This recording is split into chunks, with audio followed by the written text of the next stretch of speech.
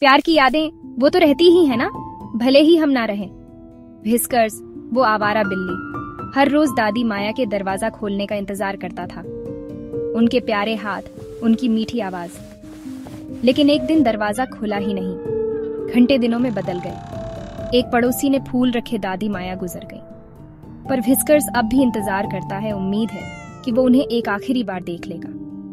बिल्ली कभी नहीं भूलती उनको जिन्होंने उन्हें प्यार दिया।